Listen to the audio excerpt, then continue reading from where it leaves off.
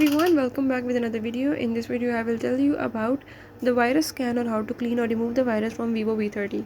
So if you want to delete or you want to scan or you want to remove the virus, I will tell you all in this video. What you have to do is to follow the step, watch the video till end and don't forget to subscribe. Now let's watch it.